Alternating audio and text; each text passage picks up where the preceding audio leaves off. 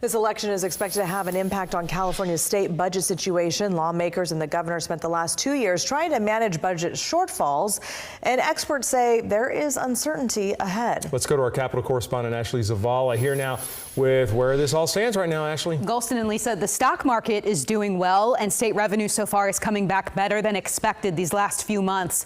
But regardless, because of some of the ballot measures voters approved and with the incoming Trump administration, Newsom's administration says financial hurdles could still be ahead. Revenues are up. It's a reflection of a resilient economy. Those are very positive developments. But at the same time, we're pleased with those developments.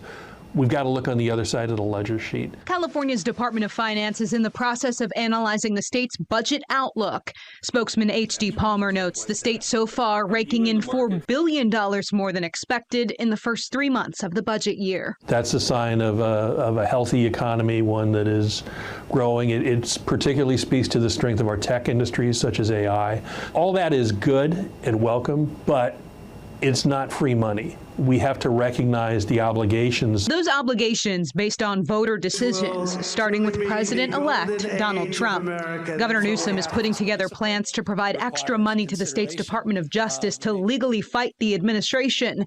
The governor also considering a new disaster relief fund, as the incoming president has threatened to pull those dollars away from California.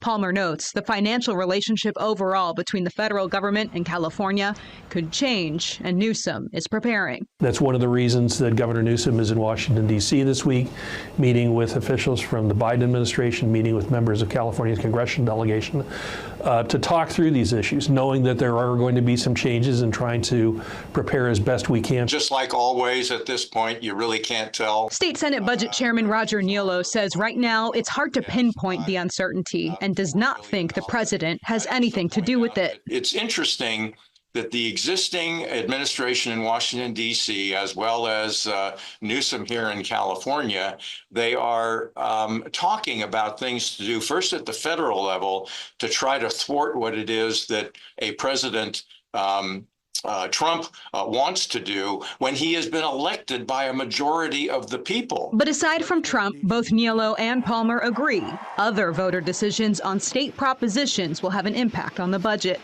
That includes the 2 requests to borrow billions for school upgrades and climate, plus Proposition 35, which restricts how the state government can spend some healthcare dollars. Both we and the legislative analysts projected that if Prop 35 were to be approved by the voters, there would be additional costs to the state budget in the neighborhood of several $1 billion over the next several years.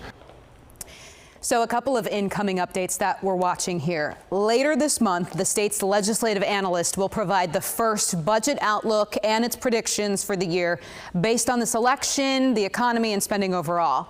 Then Governor Newsom will provide his first state spending plan in the beginning of January. So, Ashley, do we know yet how much the governor wants to spend on these efforts to fight policies from the incoming Trump administration? Not yet. State Senator Roger Niello, who is the budget chair, or the vice budget chairman, I should say, in the state Senate, he told us that he's hearing at least $150 million for the Department of Justice to again fight the administration in those legal battles.